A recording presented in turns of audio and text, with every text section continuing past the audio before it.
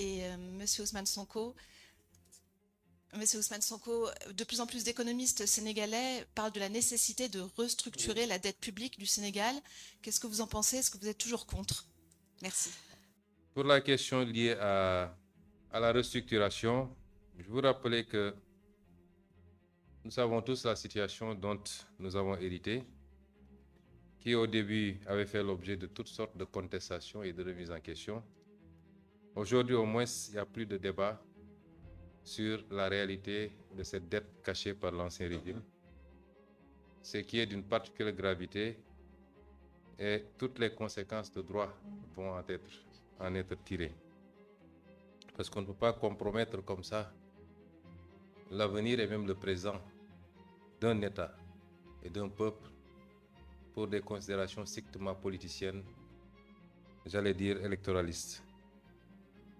Et il faut que la sanction soit assez ferme pour que plus jamais aucune autorité publique n'ose se comporter ainsi.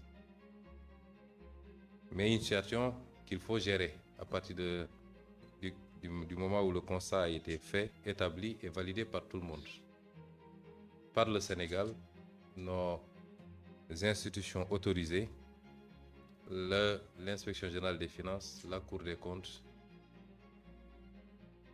le gouvernement, le président de la République, mais également par tous nos partenaires bilatéraux comme multilatéraux. Ça ne fait plus l'objet de débat. Quand un pays se retrouve avec une dette de 119%, un pays de surcroît pauvre, un déficit de presque 13%, c'est une situation particulière.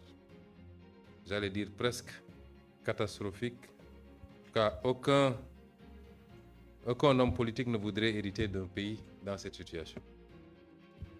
Ça nous a mis dans des difficultés dans la gestion de ces premiers mois ou de ces 2 premières années de gestion du pouvoir.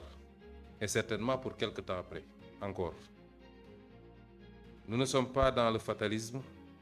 Nous considérons que c'est le peuple sénégalais qui doit faire face à cette situation, qui doit se lever comme un seul homme et qui doit comprendre qu'il y a des sacrifices à faire pour rattraper la situation, la dépasser et mettre ce pays sur les rails définitivement. Et avant tout autre partenaire, c'est au peuple sénégalais de le faire. C'est pourquoi nous avons travaillé à des solutions. Nous avons travaillé à élaborer un plan de redressement économique et social, qui est un plan qui va effectivement demander un certain nombre d'efforts et de sacrifices au peuple sénégalais. Nous avons aussi lancé un vaste programme de rattrapage budgétaire, de rationalisation, aussi bien des recettes que des dépenses budgétaires. Et l'arbitrage qui a été fait pour le budget 2026 est assez illustratif des efforts qui ont été consentis sur la dépense publique, le fonctionnement particulièrement.